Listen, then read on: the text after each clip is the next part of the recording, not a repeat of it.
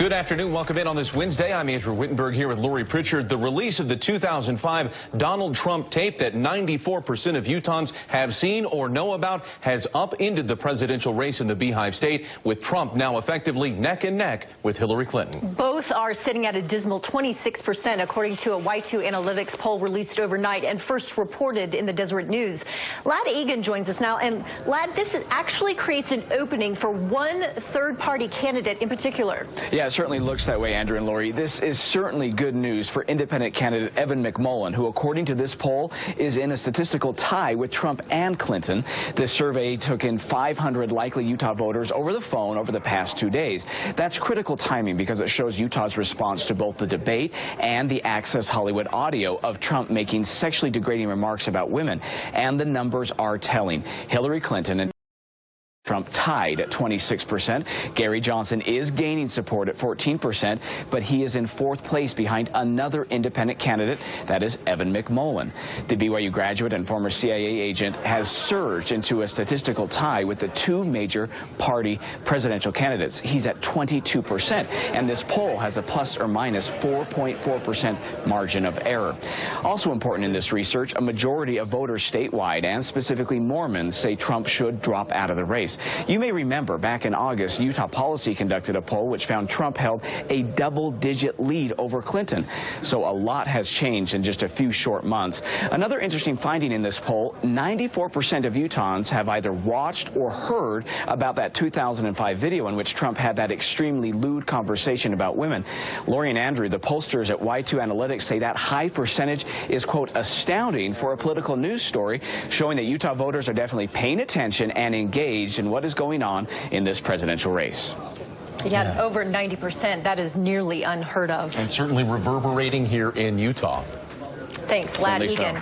Meanwhile, we are joined now by independent presidential candidate and BYU graduate Evan McMullin. Welcome. Thank you so much for joining us this afternoon. I'm sure you are relishing in those poll numbers right now. Where do you go from here? Because this is only one of 50 states.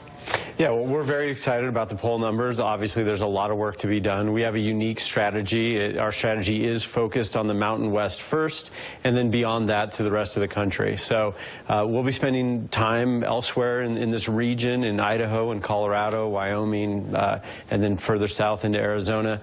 And there are other key states for us, Iowa, Minnesota, Virginia, and others. So we've got a lot to do. We'll be bouncing around the country for the next few weeks. I know in the perfect scenario for you, it is that neither Donald Trump nor Hillary Clinton get to the magic 270 votes in the Electoral College, and then that would turn things over to the House of Representatives, where you think that would in turn be favorable toward your candidacy. Is that what the best case scenario is for you right now, is to perhaps win Utah and then be in this three-headed race for President of the United States? Yeah, I think that's the most likely best case scenario. There are others, but yes, if the race is so close between Donald Trump and Hillary Clinton that they can be blocked from that magic number, as you said, that 270 vote threshold in the Electoral College, then by winning one or two states, you could take the election to the House of Representatives, where every state gets a vote. I think there the race would reset, and I would be able to make my case to the American people, as I'm trying to do here with Utahns, and I believe that I would have a very good chance of winning at that level too. Something that I found striking in those poll numbers was the fact that just over 50% of Utahns had even heard of you, yet you still came out with over 20% support. So how are you going to reach out to others to let them know who you are and what you stand for? We're doing everything we can, and some of that is media like this. We're also running ads, digital ads. We're doing appearances. I'll be in Logan later on tonight doing a town hall. We'll do others. Sometimes I Skype into smaller gatherings in people's homes. We're doing everything we can, but it's there are a range of activities there.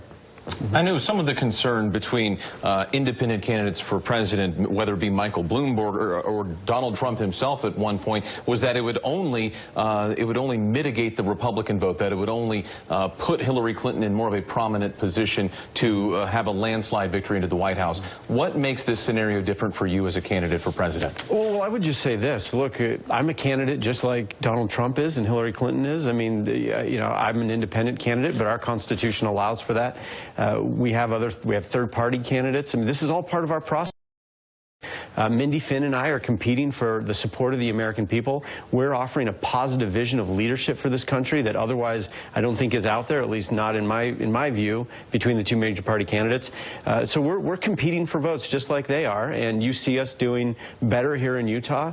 Utahns, I think, are responding very well to our message. There's still clearly a lot of work to be done. We still have a lot of people who need to learn about who we are and hear our message, and hopefully that resonates with them. But we are competing just like any candidate would. Very quickly, I just want to mention, according to the August FEC filings, you have $44,000 cash on hand. Hillary Clinton had $68 million. Donald Trump had $50 million.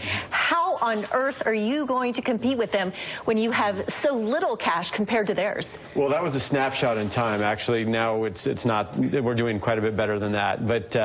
But look, we have we would like more. Certainly, we can do more with more. But we have got the most tremendous volunteers. We've got a powerful message, a powerful, positive message for this country, and we're being very careful about how we spend our dollars and how we use our resources.